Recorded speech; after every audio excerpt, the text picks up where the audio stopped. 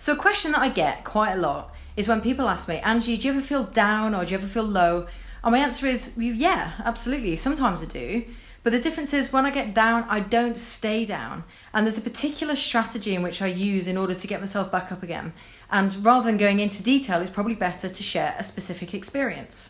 So take last year, for example. Now, I absolutely loved last year. I had a great time, but it wasn't a bed of roses for the whole 12 months. Now, take October, for instance. It was by far my overall busiest month. I'm not quite sure what happened, but everything seemed to land in the same month with international trips, multiple client visits, with speaking events and squeezing in my clients and keeping on top of my day-to-day stuff. It was just too much. Now, I got to the end of October and headed into November, and I literally felt like I'd been hit by a bus. Now, of course, this is all my own fault. But when I went into November, my immediate reaction was I needed to carry on working equally as hard because I had some catch-up to do.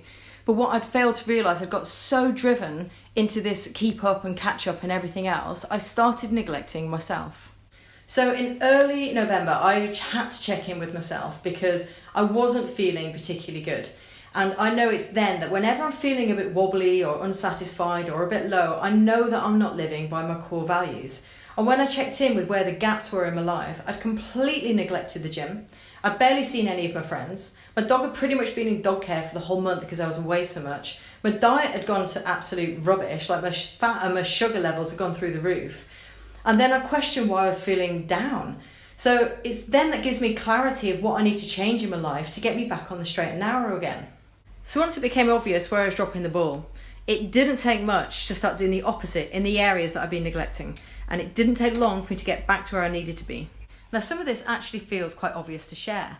But so often when I see people have a bit of a wobble or they're not particularly feeling good, their strategy is just to do more and to make themselves busier. When actually they just need to work out what parts of their life are missing. And as soon as I checked in with my own values, it was screamingly obvious to me. I mean, I hadn't even been completely honest with myself to how I'd been feeling in the last couple of weeks.